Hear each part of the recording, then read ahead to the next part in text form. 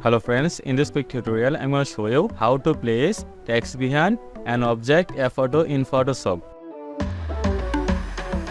First, we go to the select menu. Click on the subject.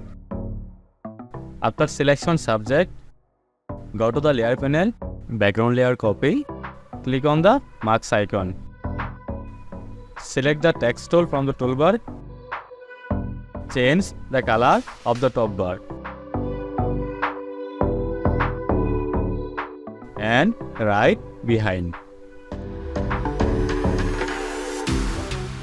Go to the edit menu, click on the free transform.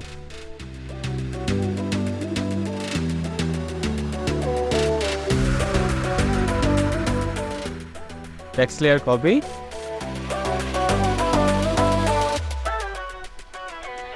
Fill -100. Click on the FX icon.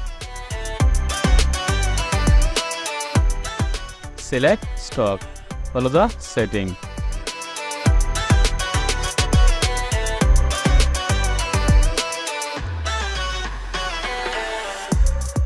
Ctrl key, select two layer, drag the corner.